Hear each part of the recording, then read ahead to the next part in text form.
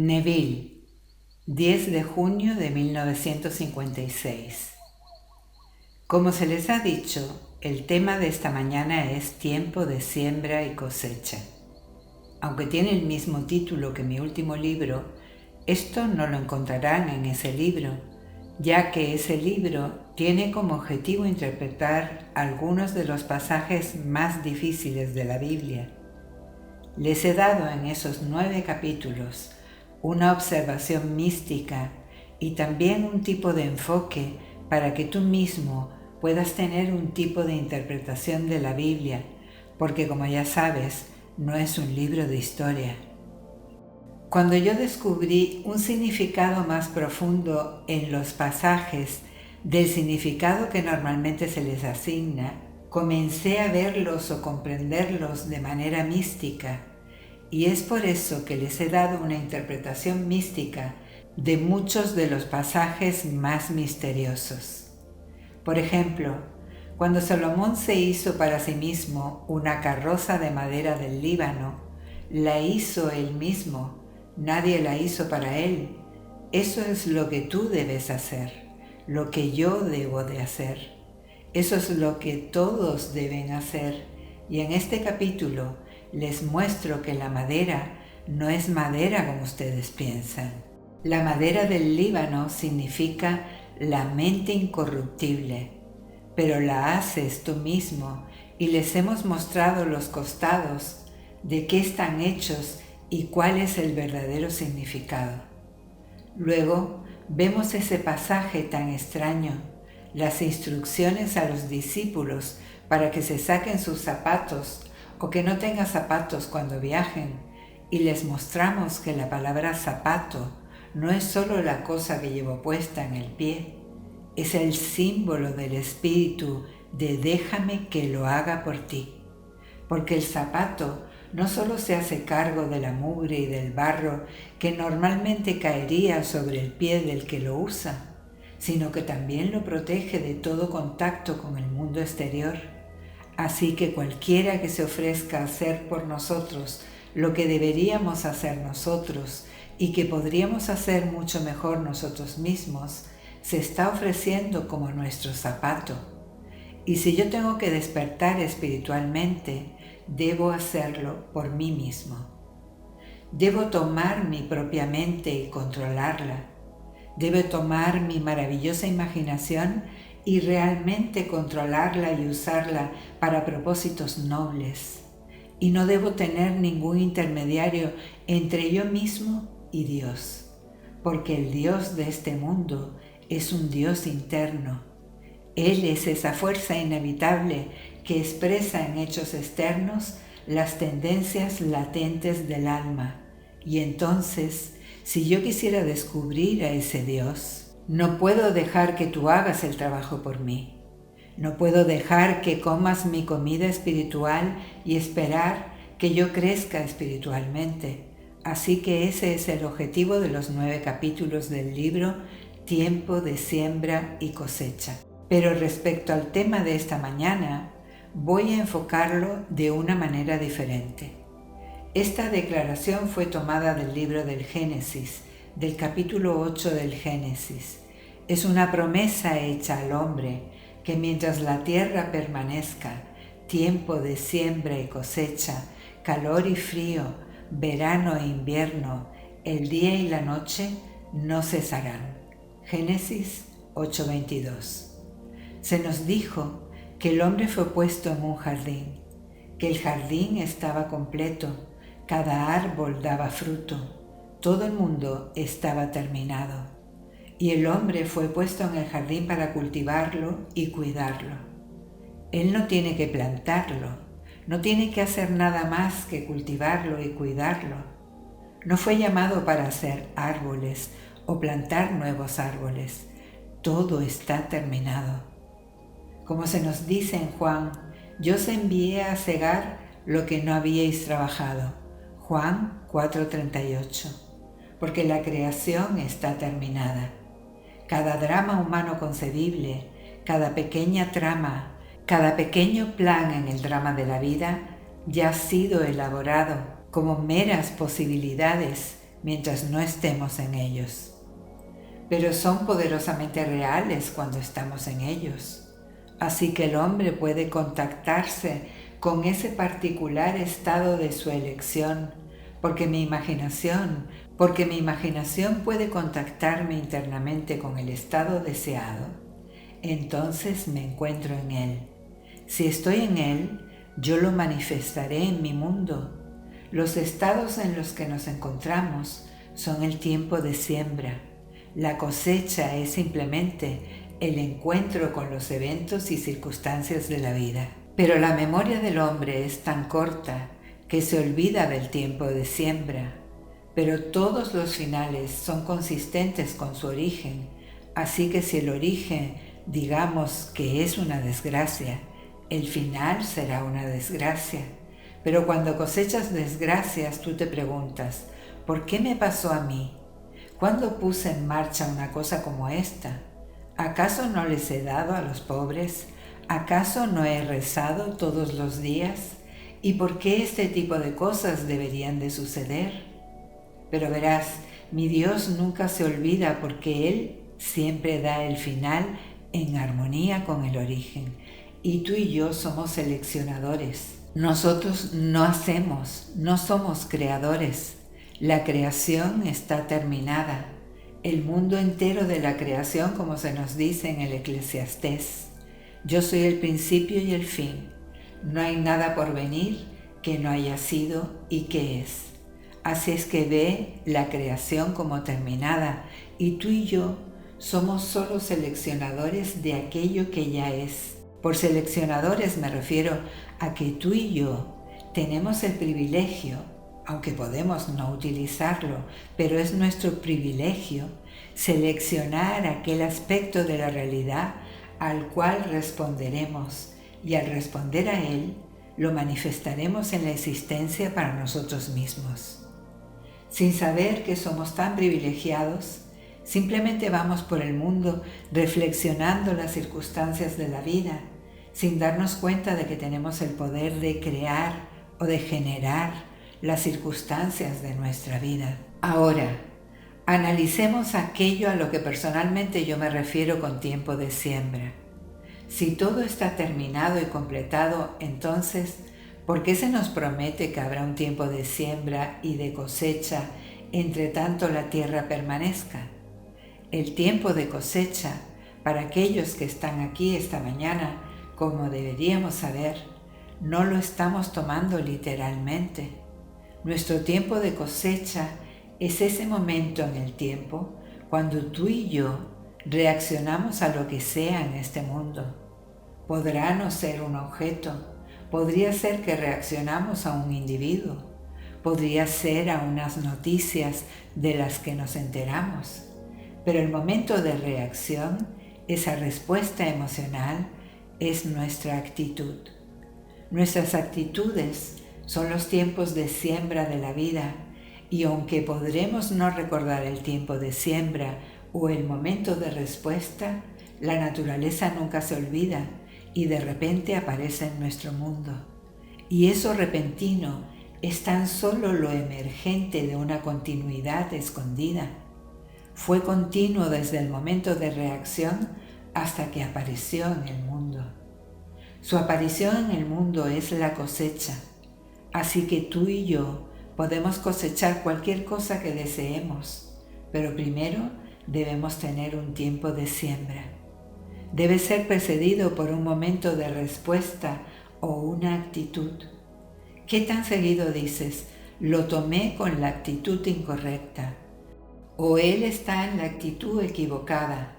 O tú debes cambiar tu actitud si quieres continuar en esta vida. Yo lo he dicho, tú lo has dicho, quizá nos lo hemos dicho el uno al otro, pero sabemos la importancia de la actitud correcta. Hasta esto sabemos, que yo puedo cambiar mi actitud si las circunstancias cambian. Eso es automático. Sabemos que si algo pasa de repente en mi mundo, de lo cual hasta ese momento yo no estaba enterado, yo, enterándome de un cambio de circunstancias, automáticamente produciría en mí mismo un cambio de actitud. Todos hacemos eso mañana, tarde y noche, pero eso no es importante, eso es un reflejo de la vida. El 99% del mundo refleja la vida. Ahora, ¿puedo conscientemente, voluntariamente, deliberadamente, producir en mí mismo un cambio de actitud, uno de mi propia discreción, uno que yo mismo elegí y no uno que es determinado o de alguna manera dependiente de un estímulo, de un cambio en el objeto mismo? ¿Debes cambiar tú primero antes de que yo cambie mi actitud hacia ti? Sabemos que si tú cambias, yo cambiaré mi actitud hacia ti, pero ¿debo de ir por la vida reflejando simplemente estos cambios en los objetos?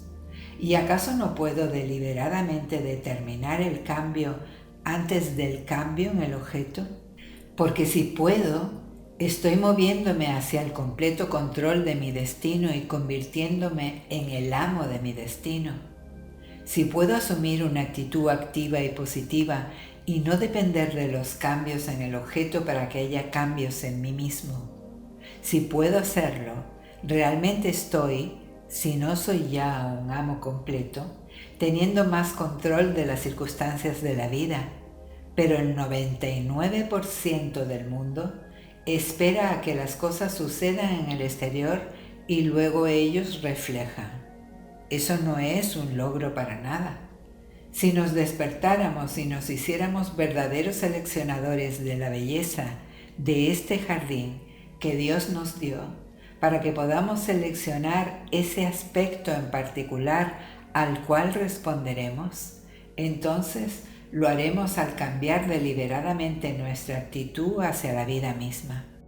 Hay una pequeña fábula que nos muestra cómo se hace.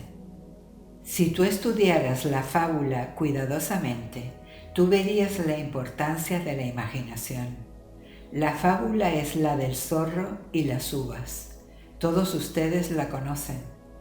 Cuando él fracasó en obtener las uvas, entonces él se convenció a sí mismo de que las uvas eran agrias, y al imaginar que las uvas eran agrias, él evocó en sí mismo un cambio de actitud. Él ya no sentía lo que sentía antes respecto a las uvas.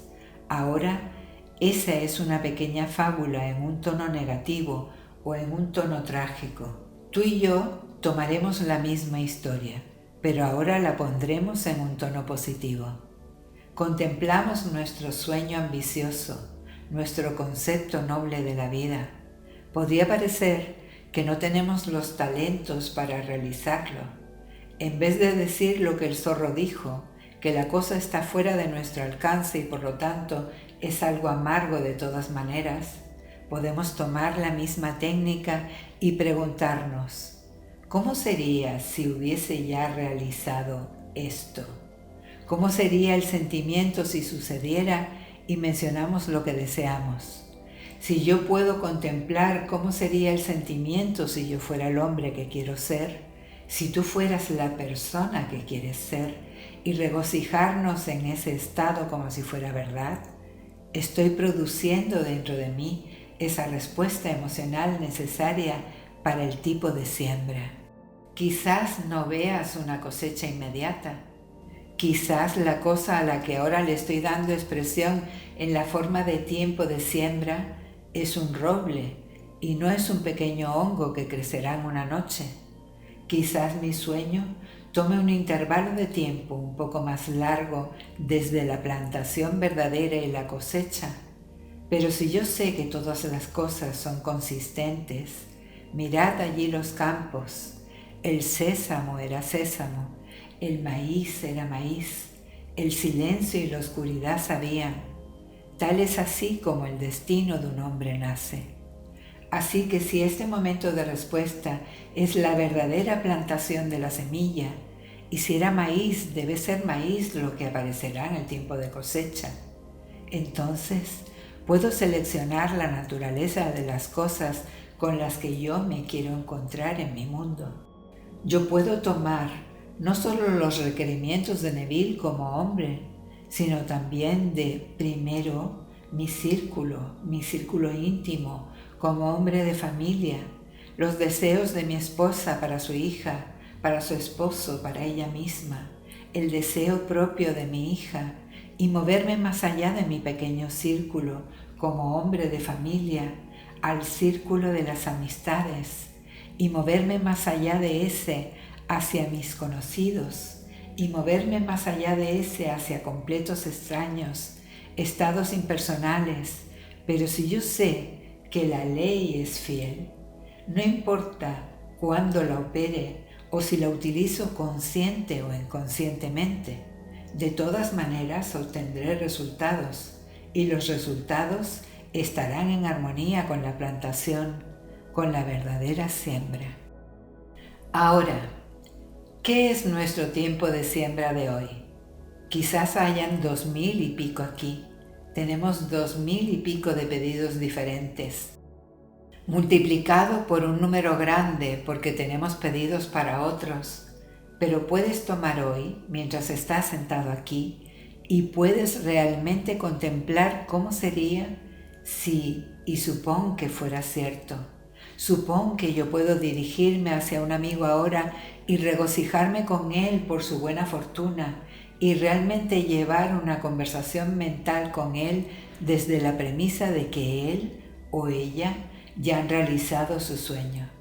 Ahora, mientras lo hago en mi imaginación, estoy generando dentro de mí un cambio de actitud respecto a ese individuo.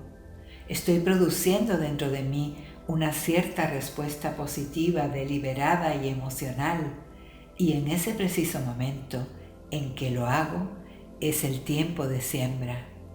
Yo me encontraré con ese individuo mañana o la semana próxima o el mes que viene, y él dará testimonio de esta cosa que estoy plantando ahora. Él podrá no saber para nada que yo planté esto en el jardín. Yo no estoy buscando sus elogios, no estoy buscando crédito, yo estoy buscando resultados. Si veo a ese hombre convertirse en la encarnación del éxito que yo sé que él desea y yo deseo para él, eso es elogio suficiente, eso es un pago suficiente. ¿Qué otro pago podría desear uno más que el resultado? Porque todo es un regalo. ¿Por qué se me debería dar más? Mi padre ya me dio el jardín. La cosa entera está completa y totalmente florecida. Y me dio elección, el regalo más grande de todos. Completa libertad de elección de la naturaleza de la fruta que voy a cosechar en mi mundo. Pero yo no puedo entrar bruscamente en el jardín y empezar a agarrar frutos. Debe haber un tiempo de siembra. Pero debo de tener en cuenta que yo cosecharé aquello en lo que yo no he trabajado.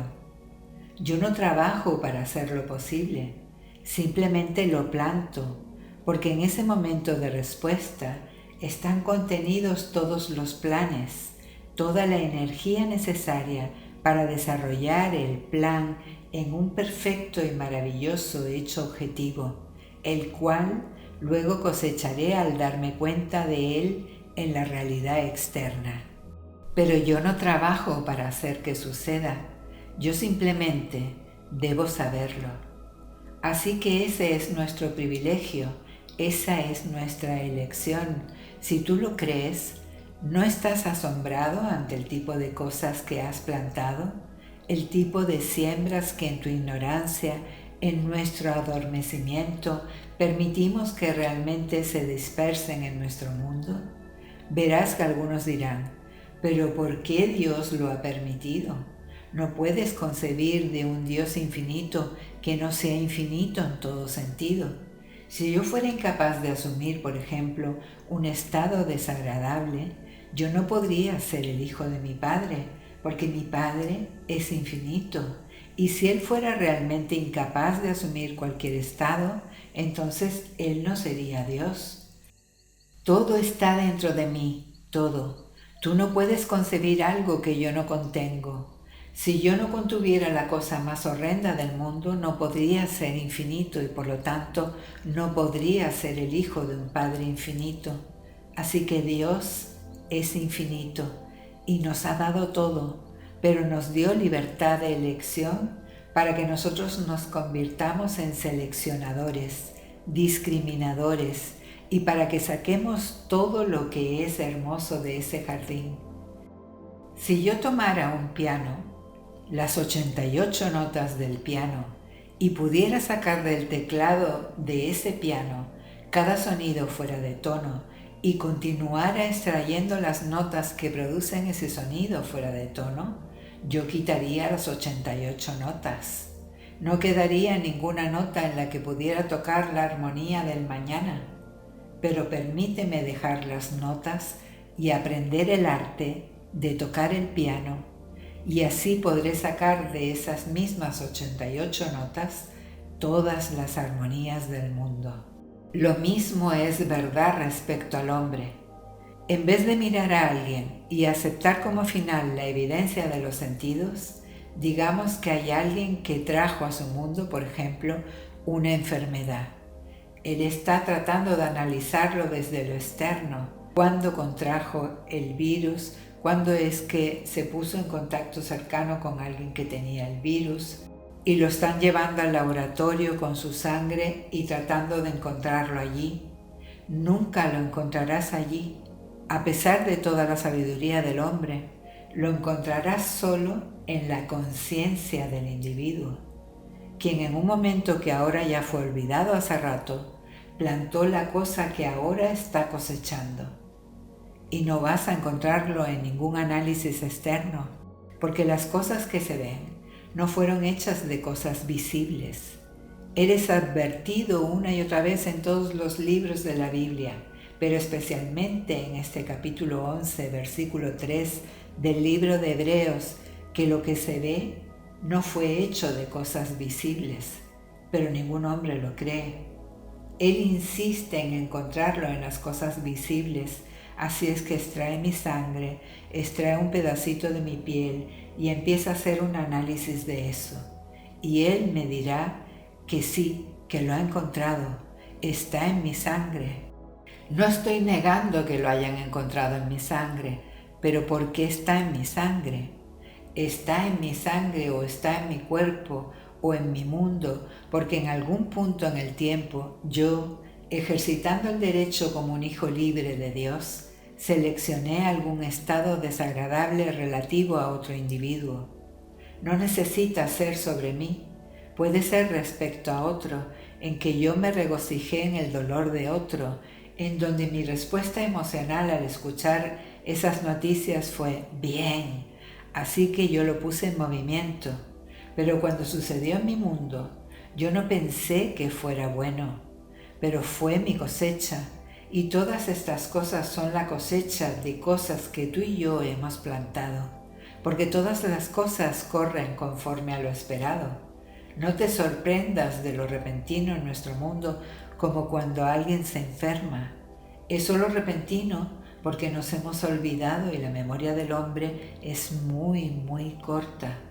Ustedes conocen ese hermoso pequeño poema de George Meredith.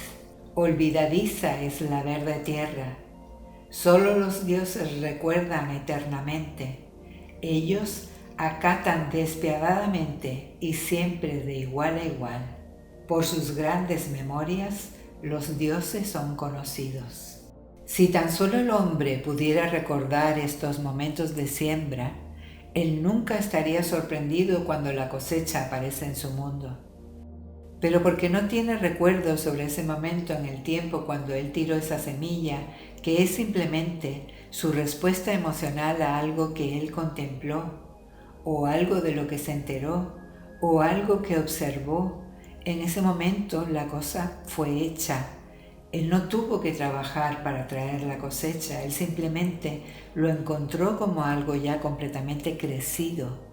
Así que cosecha ahora aquello en lo que él no trabajó, sin poder elegir. Él ya lo había elegido por su actitud, por su reacción. Ahora, ¿acaso soy yo responsable por otros en mi mundo? Ciertamente lo soy. Cuando tomo a mi pequeña mente, a mi pequeña imaginación y pienso que porque es mío, mi padre me la dio, que puedo simplemente usarla incorrectamente, porque no puedo lastimar a otro. Yo te digo, tú sí tienes que tener más control por la simple razón de que yo estoy arraigado en ti y tú estás arraigado en todos y todos nosotros estamos arraigados en Dios. No hay individuo separado, ni un ser separado en el reino de mi Padre. Somos uno. Soy completamente responsable por el buen uso o mal uso de mi imaginación. ¿Te acuerdas de haber visto en la televisión una versión dramatizada del hundimiento del Titanic? ¿Lo recuerdas? ¿Has leído el libro Una noche para recordar? Bueno, el libro fue escrito por Walter Lord, pero 14 años antes de la cosecha o de ese temeroso evento del hundimiento del Titanic. Un hombre en Inglaterra escribió un libro. Él concibió este fabuloso transatlántico y allí lo construyó tal como el Titanic, solo que el Titanic no fue construido hasta 14 años más tarde, pero él, en su imaginación, concibió el transatlántico de 800 pies. Tenía triple atornillado, llevaba 3.000 pasajeros. Tenía pocos botes salvavidas porque era inundible. Podía llegar a los 24 nudos. Lo llenó hasta las manijas de gente rica y complaciente y luego en una noche fría de invierno lo hundió con un iceberg en el Atlántico. 14 años después, la compañía White Star Line construye un barco. El barco tiene 800 pies, triple atornillado. Puede llegar a los 24 nudos, puede contener 3.000 pasajeros. No tiene suficientes botes salvavidas para los pasajeros, pero este también es etiquetado como inundible. Está lleno hasta su capacidad máxima con los ricos, quizá no complacientes, pero con los ricos, porque su lista de pasajeros era valiosa en aquel entonces, cuando el dólar estaba a 100 centavos. Así que esa lista de pasajeros valía 250 millones de dólares. Hoy sería $1 billón. Toda la riqueza de Europa y toda la riqueza de este país estaban zarpando en ese viaje inaugural. 5 noches en el mar en este maravilloso y glorioso barco, y se hundió en una noche fría de abril al chocar con un iceberg. Ahora, ese hombre escribió un libro para quizás despecharse porque le desagradaban los ricos y complacientes, o quizás pensó que podía venderse, o pensó que era un medio por el cual podría ganar algún dólar como escritor. Pero sea cual fuere su motivo detrás de su libro, que dicho sea de paso lo llamó Futilidad, para mostrar la absoluta futilidad de las riquezas acumuladas, pero el barco idéntico que fue construido 14 años después y que llevaba el mismo tipo de lista de pasajeros, se hundió de la misma manera como el barco ficticio. ¿Existe la ficción? No existe ficción. El mundo de mañana es la ficción de hoy. El mundo de hoy es la ficción de ayer, los sueños de ayer de los hombres. ¿No sería maravilloso si pudiera hablar con alguien a través del espacio y usar solo un cable? Y yo no podría verlo, él estaría a 1 milla de distancia y lejos para escuchar mi rango de voz, y luego a 5 millas y luego a 1.000 millas de distancia. ¡Qué sueños fantásticos! Y luego se convirtieron en realidad. Cuando se convirtieron en realidad, supongamos que ahora quisiera poder hacerlo sin necesitar un cable, y eso se hizo realidad. Y ahora supongo que ahora no solo puedo hacerlo en audio, sino también en vídeo. Supón que puede ser visto, y eso también se convirtió en realidad. Pero cuando fueron concebidos, eran todos ficción, todos irreales. No hay nada irreal porque Dios es infinito y Dios ha terminado la creación. No puedes concebir algo que tu Padre no solo ya ha creado y concebido, sino que también ha sido elaborado con cada detalle, con todas sus ramificaciones. Tú y yo solamente nos estamos haciendo conscientes de porciones cada vez mayores de lo que ya existe. No estamos creando nada, estamos descubriendo el maravilloso mundo de Dios. Pero ahora en esta iglesia, al menos aquí debería hacerse, porque esta es la iglesia de la mente. Esto es la ciencia de la mente, donde hay una ciencia para la plantación y tú lo haces de cierta manera científica. Tú no vas a la calle y reflejas, no lees los diarios y reflejas.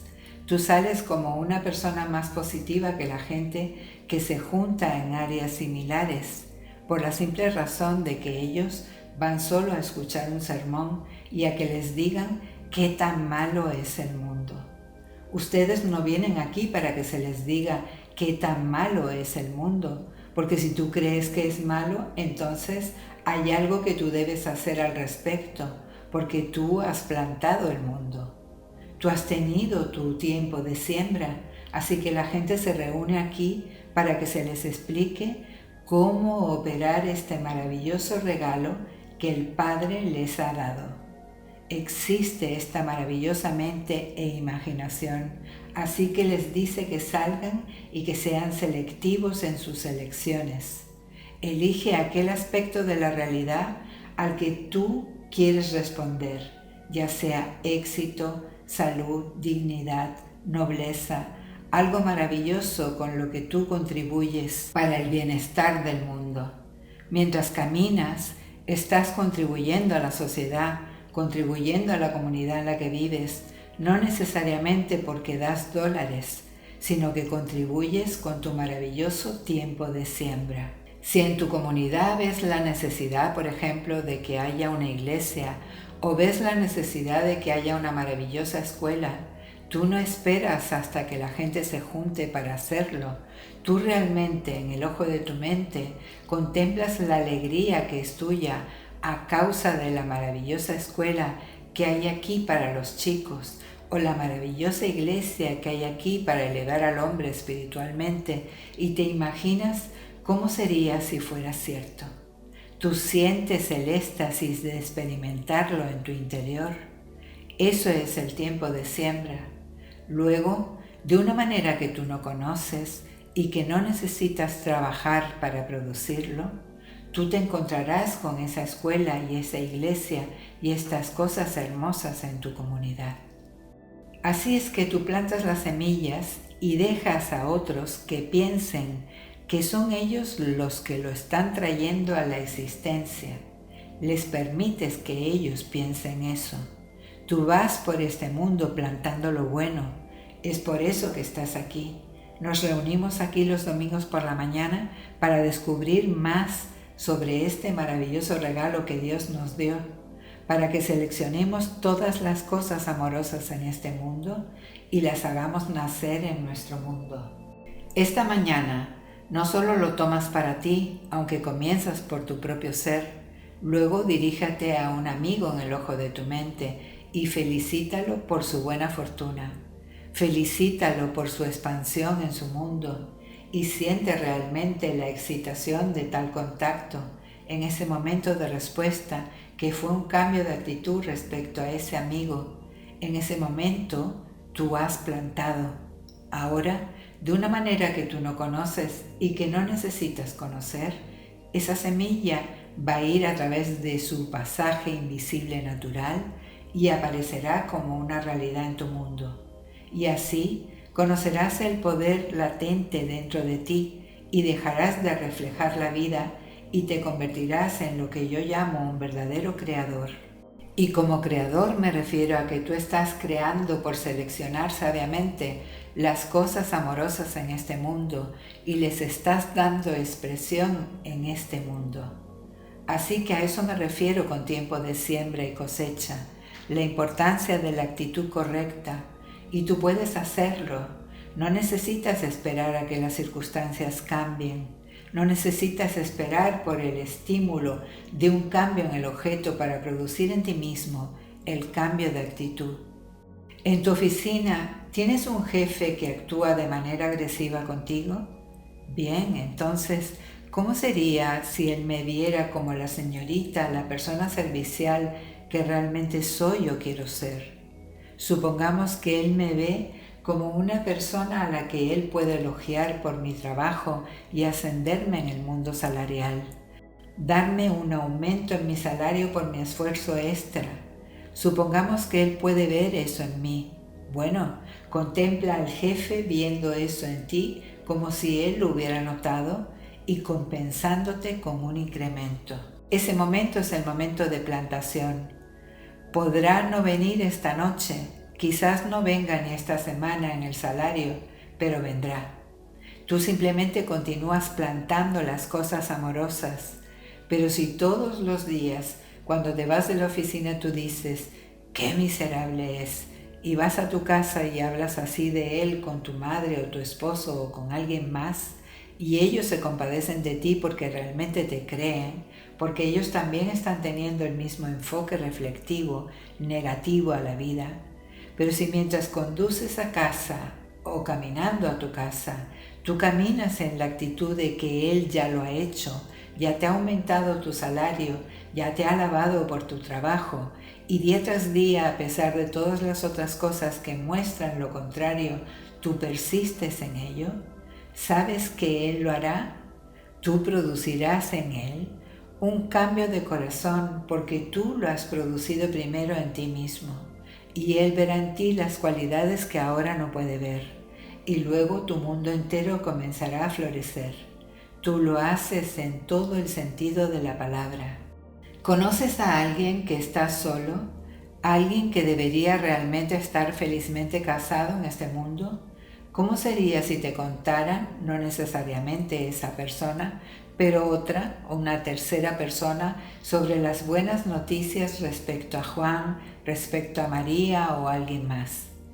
Alguien deseoso de tener un amoroso hogar y una casa lujosa. ¿Cómo sería si fuera así? No seas envidioso, trata de regocijarte, siente la alegría de que ellos ya lo tienen, y en ese momento es el tiempo de siembra para ellos. Ellos lo cosecharán, y esa es nuestra oportunidad de ir por el mundo plantando y plantando sabiamente.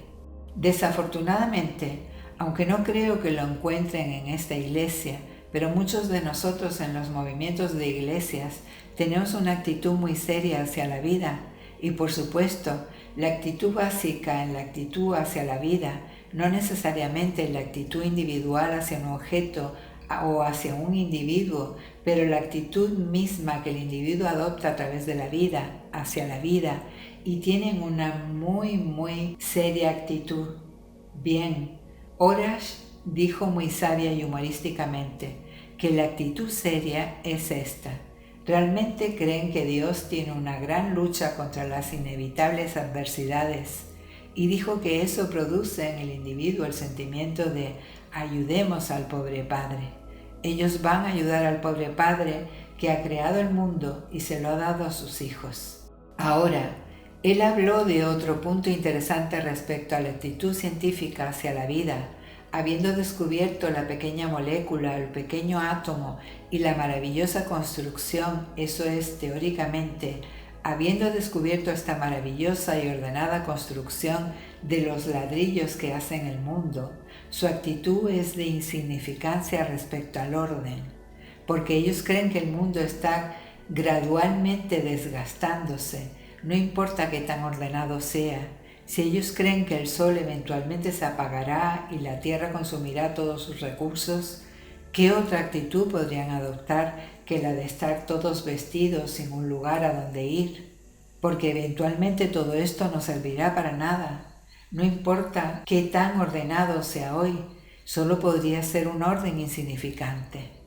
Pero yo les digo, como a alguien que ha visto detrás del velo, que no existe tal cosa como el final de todo. La vida es por siempre y para siempre, y para siempre, y por siempre estás moviéndote para arriba en esta eterna peregrinación, revelando las glorias infinitas de tu Padre. Así que salgan de manera sabia hoy. Salgan determinados a convertirse en más selectivos, más discretos en sus elecciones de las ideas que van a entretener, y seleccionen la idea que bendeciría a un individuo y produce en ti mismo la respuesta emocional de que tú has presenciado ese estado en su mundo. Y sabed que en este momento de respuesta tú has plantado para ese individuo y él está arraigado en ti.